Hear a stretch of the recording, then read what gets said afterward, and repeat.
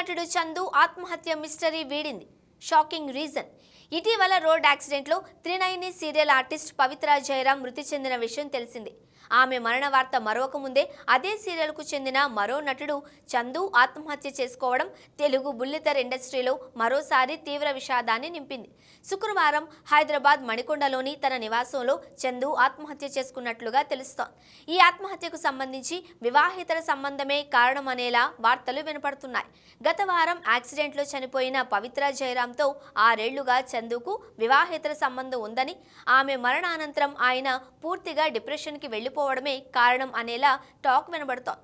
చందు ఆత్మహత్యకు సంబంధించిన కారణాలపై పోలీసులు విచారణ చేస్తున్నారు. అసలు చందు ఆత్మహత్యకు కారణం ఏంటి అనేది తెలియాల్సి ఉంది. త్రినయనితో పాటు పలు సీరియల్స్లో చందు నటించారు. ప్రస్తుతం రాధమ్మ పెళ్లి, కార్తీక దీపం వంటి సీరియల్స్లో చందు నటిస్తున్నారు. 2015లో శిల్పను చందు ప్రేమ వివాహం చేసుకున్నారు. వారికి 2 పిల్లలు కూడా ఉన్నారు. చందు మృతితో ఒక్కసారిగా బుల్లితెర ఇండస్ట్రీలో విషాద ఛాయలు అలుముకున్నాయి. ఆయన ఆత్మకు శాంతి చేకూరాలని చందుకు తెలిసిన వారంతా ప్రార్థిస్తున్నారు.